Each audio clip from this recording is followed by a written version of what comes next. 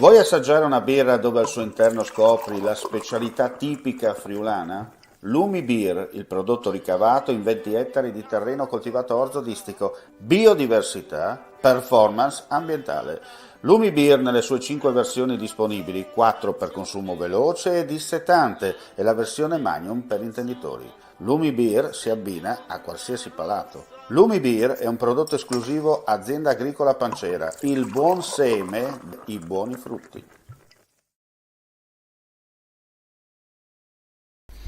Un terremoto di magnitudo 3.2 è avvenuto nella zona di Tramonti di Sopra, con epicentro a 4 km a ovest rispetto al centro abitato.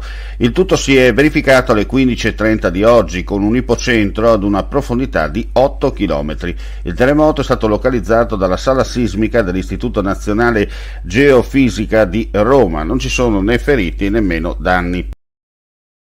Un passeur è stato arrestato in flagranza dai carabinieri del nucleo operativo radiomobile della compagnia di Tarvisio con l'accusa di favoreggiamento dell'immigrazione clandestina. L'uomo, 22 anni, siriano, residente in Germania, è stato fermato sul valico confinario di Passo Pramollo a Pontebba alla guida di un furgone con targa austriaca.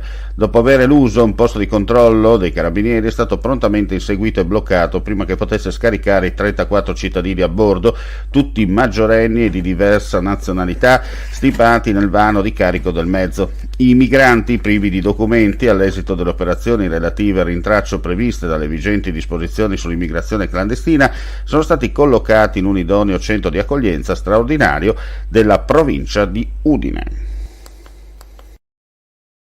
Il sindaco di Udine, Pietro Fontanini, ha incontrato davanti a Palazzo d'Aronco una delegazione di rappresentanti dell'Associazione Nazionale Mutilato Invalidi Civili e dell'Associazione Diritti del Malato, che ha denunciato il fatto che la stazione di Udine risulta inaccessibile perché gli ascensori che portano i singoli binari non sono in funzione. I rappresentanti della delegazione hanno denunciato, oltre al mancato funzionamento degli ascensori, il fatto che le persone con ridotta capacità motoria siano costrette, su invito del personale di Rete Ferroviaria Italiana, a raggiungere le banchine attraverso i binari, cosa vietata ed estremamente pericolosa.